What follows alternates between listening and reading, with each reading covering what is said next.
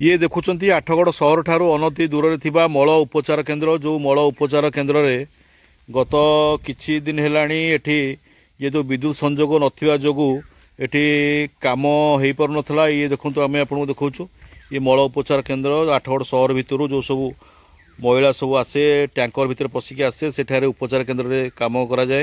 ये सब महिला माने काम कर पानी नथिबा जो समस्या उपजुला उदय लाबन खबर प्रसारण करने पर बर्तमान ये कम पुणी आरंभ होती। देखुं सीधा सड़क महिला माने काम आरंभ कर संपूर्ण जो स्वयं सहायक महिला गोष्ठी मान अच्छा से माने सब जाऊँच कम करने विशेष कर ध्यान दि जाइए जे महिला मानकर असुविधा थिला मेन पानी रो समस्या अव्यवस्था रही है। पानी किछि दिन धरी आसुनथला जहाँफल कम किछि दिन बंद रही है।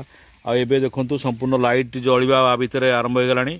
उदय लाबन्य खबर प्रसारण पर तत्पर हो उठी आठगड़ एनएसी तेणु पुनर्बार से माने काम आरंभ कर देइचंती। जो महिला माने एठारे काम करुथिले से माने मध्य काम करुचंती। जो ठिकादार मध्य सेमानकर काम एठी करथिले सी मध्य तत्पर होइचंती सी मध्य काम आरंभ कर देलेनी। विशेष करी कहबा एठी आठगड़ सहर अनति दूर रे ए मल उपचार केन्द्र रे समस्त आठगड़ सहर आवर्जना गुड़िक महिला गुड़िक अणा जाई एठारे ए उपचार केन्द्र रे रखा जाउची। एठारु मध्य खत पीड़िया सार बाहरुची एवं महिला माने संपूर्ण बर्तमान काम आरंभ करछंती।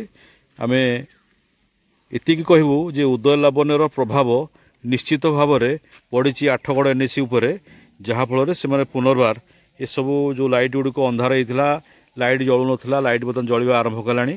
तेणु निहाती कम आम एनएसी को धन्यवाद देवु जे खबर प्रसारण पर आठगड़ एनएसी तत्पर हो उठी। ब्यूरो न्यूज उदय लाबन्य।